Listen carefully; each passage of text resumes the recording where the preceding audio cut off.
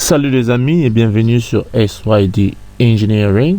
Alors aujourd'hui vous serez avec l'ingénieur Stone pour le cours des statiques, le second chapitre, statique d'une particule, ou en d'autres termes, l'équilibre d'une particule. Alors pour ce cours, rapidement, nous allons parler d'une introduction. Alors rapide, dans quelques secondes, nous allons parler de la force ou des forces qui agissent sur une particule. Nous allons toucher les vecteurs, puisque les forces sont des grandeurs vectorielles. Nous allons commencer déjà à parler de quelques opérations qu'on peut effectuer sur le vecteur, entre autres la somme vectorielle, la différence de deux vecteurs, de plusieurs vecteurs. Nous allons voir comment déterminer la résultante simultanée de plusieurs forces. Nous allons essayer évidemment de pouvoir décomposer une force en ses composantes. Et nous allons voir les composantes rectangulaires au fait d'une force qui agit sous un objet, Nous allons aussi essayer de parler de vecteurs unitaires. Nous allons parler de l'addition, de la sommation des vecteurs en utilisant ces composantes, Nous allons parler de l'équilibre d'une particule. Nous allons appeler la première loi du mouvement de Newton énoncée au premier chapitre. Nous allons également parler de problèmes qui impliquent l'équilibre, la stabilité d'une particule. Nous allons parler de composantes rectangulaires d'une force dans l'espace, Et nous allons parler de forces qui sont définies par leur amplitude et par leur ligne d'action. Évidemment, connaissant 2 points sur la direction de la ligne d'action de ces forces. Nous allons parler de l'addition des forces concurrentes. Et enfin, nous allons parler de l'équilibre d'une force dans l'espace. Évidemment, pour parler de tous ces concepts, nous allons subdiviser ces deuxièmes chapitres en une certaine somme, ou je dirais un certain nombre de vidéos, pour nous permettre de bien faire les choses. Mais il y a 2 grandes parties qu'il faut retenir.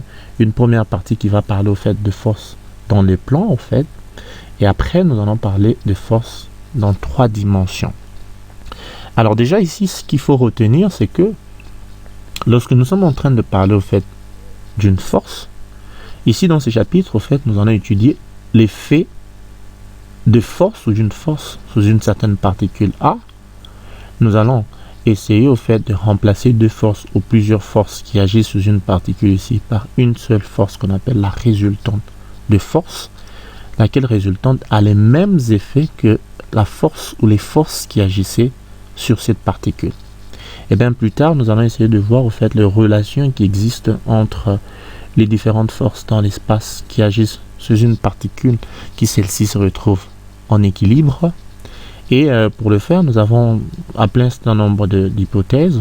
Une hypothèse sur la particule, sur les particules, et l'autre sur le corps solide. Alors nous pouvons dire par exemple ici que lorsque nous sommes en train de parler des particules, on ne veut pas dire que notre étude ici va se limiter à des petits corpuscules. Seulement que nous voulons dire que la taille et la forme de corps que nous allons considérer dans ces chapitres ne seront pas grandement ou significativement affectés la solution du problème traité ici, et que toutes les forces qui agissent ici sur la particule sont supposées agir en un même point qui est la particule elle-même. Alors déjà d'entrée de jeu, nous avons dit qu'une force c'était une quantité vectorielle, c'est-à-dire que pour être définie, on avait besoin de connaître certaines de ses caractéristiques. Entre autres ici, nous avons besoin de connaître sa grandeur. Ici on sait que par exemple 10 livres, nous avons besoin de connaître sa direction et autres.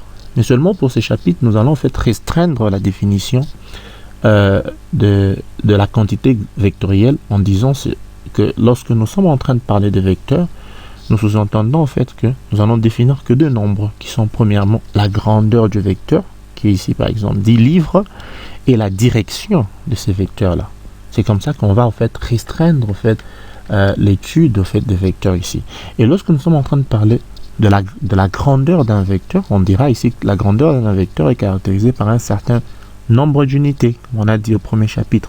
Ici, on a parlé du livre, on peut parler des kilolivres, même dans le système international, parler de Newton, on peut aussi parler des kilonewtons et des autres quantités que nous avons vues dans le premier chapitre. Et donc ici, ce qu'il faut comprendre, c'est que lorsque nous parlons de la direction, la direction est définie par, je dirais, 2 éléments. Le premier élément, c'est la ligne d'action de la force, et le second élément, c'est le sens de cette force ici, marqué par cette petite flèche ou ces petits chapeaux de cette flèche. Et la ligne d'action ici, ce qu'il faut confondre, c'est juste cette ligne ici, que je dirais une ligne infinie, parce qu'elle est infinie, c'est juste une portion de la ligne d'action ici, le long de laquelle la force est en train d'agir, et cette ligne d'action est caractérisée par cet angle ici, que nous prenons généralement par rapport à une certaine référence. Ici, nous avons pris l'axe horizontal. Eh bien, il faut aussi dire que non seulement que nous avons parlé de la direction en fait qui caractérise cette ligne d'action, il faut aussi dire qu'il y a ce sens, le sens ici. Mais grâce à l'utilisation, je dirais, d'une échelle appropriée, un segment ou une portion en fait de la ligne d'action va représenter l'amplitude ou la grandeur en fait de la force. Donc cette petite portion qu'on a extraite de la ligne d'action, on va la faire correspondre en fait à la grandeur, à l'ampleur de la force, comme je le disais ici, grâce à l'utilisation d'une échelle appropriée. Et donc, pour parler ici, je me résume de la direction, nous avons besoin de connaître la ligne d'action, premièrement, nous avons besoin de connaître le sens de l'objet, laquelle ligne d'action est caractérisée par un angle qu'on prend par rapport à une référence donnée. Évidemment, elle n'est pas forcément horizontale, mais juste prendre une référence, arriver à quantifier au fait cette grandeur. Et ici, nous pouvons nous apercevoir que nous sommes en présence de deux forces. Les deux forces ont même grandeur, c'est-à-dire 10 livres. Elles ont même direction, parce qu'on voit leur ligne d'action, on voit comment on a établi une direction en fait de 30 degrés par rapport à la référence horizontale, mais seulement que les deux forces ont deux sens opposés. Quand on observe au fait la tête de la flèche ou la pointe de la flèche utilisée qui indique le sens au fait même de cette force. Et ces deux forces au fait, si on supposait qu'elles agissaient sur une même particule qui est la particule A, on dira donc que ces deux forces auront des effets tout à fait opposés sur la particule. Et des expériences au fait ont montré, ou je dirais même des preuves expérimentales ont montré au fait ici que lorsque nous avons deux forces qui agissent sur une particule, en fait, on peut remplacer ces deux forces ici par une seule force qu'on appelle la résultante de force ici, laquelle résultante de force a conservé ou a su conserver au fait les effets des forces qu'on avait au début sur la particule et donc remplacer toutes ces différentes forces. Elles peuvent être ici à deux forces seulement, mais elles peuvent être 3, 4, 5, 6 et on peut donc les remplacer par une seule même force au fait agissant sur cette particule qui est la particule A. Évidemment, ce qu'il faut comprendre ici, c'est que pour additionner des grandeurs vectorielles aussi, nous appliquons la règle qu'on appelle la règle du parallélogramme. Les forces étant des vecteurs, essayons de dire quelques mots en fait sur des vecteurs. Nous avons dit ici que des vecteurs, c'était des expressions mathématiques en fait qui possédaient une amplitude, une grandeur, une direction et qui s'additionnaient selon la loi du parallélogramme.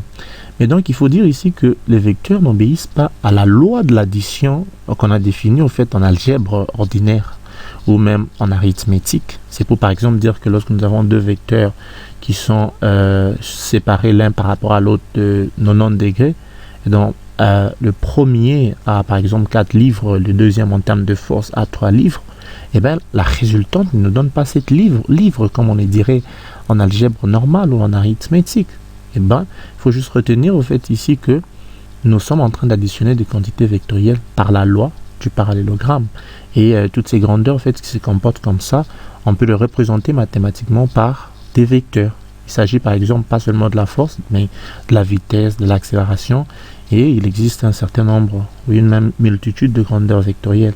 Et pour représenter, au fait, pour le cadre de ce cours, de cette formation de grandeur vectorielle, nous allons utiliser soit des caractères en gras. Donc il ne faut pas confondre en fait, des quantités scalaires et des quantités vectorielles. Soit on va prendre en fait, ces vecteurs représentés par une petite flèche ou par un petit trait, comme on a montré ici. Mais alors il faut dire qu'il n'y a pas seulement des quantités physiques qui possèdent une grandeur et une direction, mais il y a des grandeurs, il y a des quantités physiques qui ne possèdent que une grandeur, une amplitude, un module, mais qui n'a pas de direction. Et ces quantités, au fait, je dirais ici, nous avons comme le volume, la masse, l'énergie. Nous connaissons qu'on peut le quantifier sur base d'une certaine grandeur. On a leur quantité, par exemple, on a 3000 mètres cubes d'eau, par exemple, pour quantifier, au fait, le module de cette grandeur, mais elles n'ont pas besoin ou n'ont pas de direction. Ces quantités sont appelées tout simplement de nombres, ou on peut même aller très loin pour dire que ce sont des quantités scalaires, sont regroupées au fait dans la quantité scalaire. Et lorsqu'on parle de vecteurs ici, lorsqu'on va voir au fait l'italique dans ce cas de cette formation, ça représente tout simplement le module de ces grandeurs vectorielles. Alors il faut dire ici que les vecteurs qu'on utilise, qui agissent au fait sous une particule ici, ce sont des grandeurs ou des vecteurs qui sont supposés au fait agir en un même point. Tous ces vecteurs, toutes ces forces qui ont le même point d'application, qui est la particule elle-même. Et de tels vecteurs, au fait, sont dits être des vecteurs fixes, des vecteurs qui sont liés. C'est-à-dire qu'on ne peut pas déplacer ces vecteurs sans qu'on puisse modifier tout ce qu'on a comme condition de problème en présence. Mais il existe également d'autres quantités physiques, des grandeurs physiques, on va voir ici au 3e chapitre, en fait, qui sont représentées, ou je dirais même, par des vecteurs qui peuvent librement, en fait, se déplacer dans l'espace. Et bien, ces vecteurs, nous les appelons des vecteurs qui sont libres, parce que fait, ces vecteurs peuvent facilement se déplacer dans l'espace. Il y a également d'autres quantités de grandeur de vecteurs qui agissent au fait ici comme des forces qui agissent sur un corps rigide, pas une particule. Il faut marquer la différence au fait. Des forces qui agissent sous un corps rigide, comme on le verra au 3e chapitre, celles-ci sont représentées au fait par des vecteurs qui peuvent se déplacer ou même glisser le long de leur ligne d'action. On les appelle pour cela des grandeurs ou des vecteurs qui sont dits des vecteurs glissants. Et on peut même dire que ici, lorsque nous avons deux vecteurs qui ont même grandeur et même sens comme ici, du coup ces vecteurs sont égaux. Donc ils sont représentés par une même lettre comme ici. Mais lorsque nous voyons par exemple que nous sommes en présence de deux vecteurs qui ont même grandeur, peuvent avoir même sens, mais avec des directions opposées, on dit alors que ces vecteurs sont opposés justement, ou elles sont négatives. Ils sont négatifs, je m'excuse, puisqu'on parle des grandeurs ou des quantités vectorielles. Alors on peut facilement ici apprendre au fait à additionner des vecteurs, ces opérations qui s'effectuent sur les vecteurs. Alors lorsque nous avons deux grandeurs vectorielles, on les additionne selon la règle, comme je t'ai dit ici, du parallélogramme. Donc voilà, nous avons ces vecteurs-là et ces vecteurs-là. Nous traçons un parallélogramme à ces vecteurs et bon, nous avons les vecteurs résultants. Mais bon, il faut dire ici que lorsque nous sommes en train de construire au fait ces parallélogrammes, l'ordre dans lequel nous avons sélectionné P et Q importe peu. Du coup, on peut prendre Q, P et P et Q, nous avons le même vecteur résultant P plus Q. Du coup, on peut dire que les résultats sont les mêmes qu'on prenne P plus Q ou Q plus P pour ressortir au fait le fait que l'addition vectorielle est commutative. Tout simplement parce que, au fait, lorsqu'on construit les vecteurs P et Q, l'ordre dans lequel nous sélectionnons les vecteurs P et Q, au fait, n'importe pas trop grand. Donc, cet ordre ne compte pas du tout. Alors, nous concluons que ces vecteurs sont, que l'addition vectorielle est commutative. En fait, on peut dire que de cette règle du parallélogramme que nous avons énoncée ici, on peut, en fait, appeler une autre règle qu'on appelle, en fait, la règle du triangle. En fait, d'où vient, en fait, cette règle du triangle? D'une observation simple. On s'aperçoit ici que Q est repris là, parce que nous avons la même longueur qui est la même grandeur, comme on a dit par la correspondance avec une échelle appropriée, et même la direction. Donc celle-ci peut être remplacée par Q. Du coup, au lieu de construire tous ces parallélogrammes, nous pouvons construire juste un seul triangle. Ou même de ce côté, on voit que celui-ci, c'est P. On peut donc construire ce seul triangle. Et nous pouvons obtenir ces deux triangles. Et avec un arrangement bien organisé ici, on peut au fait facilement faire correspondre la tête au fait d'un vecteur à côté de la queue de l'autre vecteur et au fait joindre les deux points extrêmes pour trouver au fait les vecteurs P plus Q. De la même façon, on peut faire ici, on s'est dit par exemple, nous partons de la queue par exemple de P à la pointe de Q pour obtenir au fait les vecteurs P plus Q. De la même façon, lorsqu'on fait au fait la différence de vecteurs, nous sommes en réalité en train de faire la somme d'un vecteur par les vecteurs négatifs. C'est ici qu'on dit que la différence d'un vecteur, c'est la somme en fait d'un vecteur par un vecteur qui est opposé, comme on a dit tout à l'heure. Alors ici, on peut voir que pour sommer au fait deux vecteurs, trois vecteurs, nous avons donc à prendre d'abord deux vecteurs par la règle du parallélogramme, et puis nous sommons le troisième vecteur, les deux vecteurs en fait obtenus par le troisième vecteur. Il s'ensuit que lorsque nous avons par exemple un nombre quelconque de vecteurs à additionner, nous allons juste faire une succession en fait de la règle du parallélogramme des paires successives de vecteurs jusqu'à ce que nous obtenons un seul vecteur qu'on appelle les vecteurs somme de vecteurs résultants. Je m'excuse. Et si se faisait par exemple que tous nos vecteurs se retrouvaient dans un même plan, alors on va dire que ces vecteurs sont coplanaires et on peut obtenir ce résultat graphiquement. Évidemment, ces vecteurs résultants et même arriver à connaître graphiquement en fait qu'est-ce qu'on peut faire, comment on peut déterminer la direction même de ces vecteurs. Alors c'est comme ça qu'on peut par exemple dire que lorsque nous sommes en train de sommer trois vecteurs, on peut prendre P et Q, nous sommes dans le vecteur P plus Q qui serait là s'il existait, et puis on prend P plus Q, on additionne au vecteur S pour trouver en fait le vecteur P plus Q plus S. De la même façon, on peut prendre Q plus S comme on l'a fait ici, et puis on additionne le vecteur P pour trouver le vecteur P plus Q plus S. Du coup, on peut se dire donc ici que la somme de trois vecteurs, elle est commutative. Mais attention, ici, on peut énoncer une autre règle qu'on appelle la règle du polygone. En fait, cette règle du polygone laisse sous-entendre tout simplement que lorsque nous avons trois vecteurs, on peut facilement récupérer juste la direction et les modules de ces vecteurs. Nous prenons le premier vecteur, nous prenons de la queue à sa pointe, nous récupérons le deuxième vecteur, nous prenons exactement sa direction et son ampleur, on vient l'additionner, en fait, on prend sa queue, on l'additionne à la pointe de l'autre, et troisième vecteur de la même façon. Ici nous avons n vecteurs, nous faisons de la même façon, et nous joignons en fait l'origine du premier vecteur à l'extrémité du dernier vecteur pour trouver le vecteur P plus Q plus S. On voit donc ici par une observation simple qu'on peut aussi obtenir la somme des vecteurs.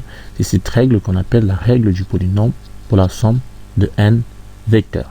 Et donc c'est comme ça que quand par exemple nous avons des vecteurs égaux ici, comme on a dit, lorsqu'on doit faire par exemple la somme au fait de n vecteurs, ça reviendra tout simplement prendre ces n vecteurs là, par exemple 3 vecteurs, ça sera 3p, 3 vecteurs. Et donc on va voir que le vecteur somme résultant obtenu a le module np, par exemple pour n vecteurs, et la direction dépend en fait de la constante ou du scalaire n. S'il est positif, la même direction que p, et s'il est négatif, c'est l'autre direction, même l'autre sens opposé à p. Alors de la même façon, on peut dire ici que lorsque nous avons la somme de plusieurs forces simultanées, on peut facilement utiliser la règle du polygone qu'on vient d'énoncer ici. Vous voyez, P, on a pris sa direction et son module, S est là, sa direction et son module, et Q, de la même façon. Et donc, on joint les deux extrémités pour trouver les vecteurs résultants directement. Là, graphiquement, nous avons son module, nous avons également sa direction, son module. Grâce à l'utilisation d'une échelle appropriée, comme je le disais tantôt, on a fait donc correspondre cette portion de la ligne d'action de la résultante de la force, donc à son module, et la direction qui est bien définie par rapport à une origine qu'on se donnerait ici au niveau de la particule, définie évidemment par un certain angle qu'on quantifie par rapport à une certaine origine, la ligne d'action, comme nous l'avons clairement ici expliqué. Donc on peut aussi en fait dire que nous avons vu que lorsque nous avons une seule force, plusieurs forces, on peut représenter cette force par une seule force qui est la résultante de force au fait. Mais on peut inversement prendre une seule force, la décomposer au fait en ses composantes, et donc les effets au fait de toutes ces composantes sur la particule sont conservés. C'est comme ça qu'on peut prendre une force et la décomposer au fait en plusieurs composantes. Donc les composantes de ces forces, on peut le faire d'une manière illimitée. Les possibilités au fait pour représenter une seule force ou la décomposer en ses composantes sont vraiment illimitées, et évidemment c'est ce qu'on va voir un peu plus en détail au fait dans les vidéos qui viennent. Mais avant de faire ces vidéos, nous proposons peut-être s'arrêter là, faire une petite série de quelques exemples et traiter pour appliquer ce qu'on a vu jusque-là avant de reprendre notre formation. Alors les amis, merci beaucoup de nous avoir suivis et de nous faire confiance. Alors restez toujours connectés, écrivez-nous quand vous les faites, faites-nous part au fait de vos difficultés, et SYD Engineering sera toujours là pour vous assister. Alors merci beaucoup et prenez très bien soin de vous. À tout à l'heure. Bye bye.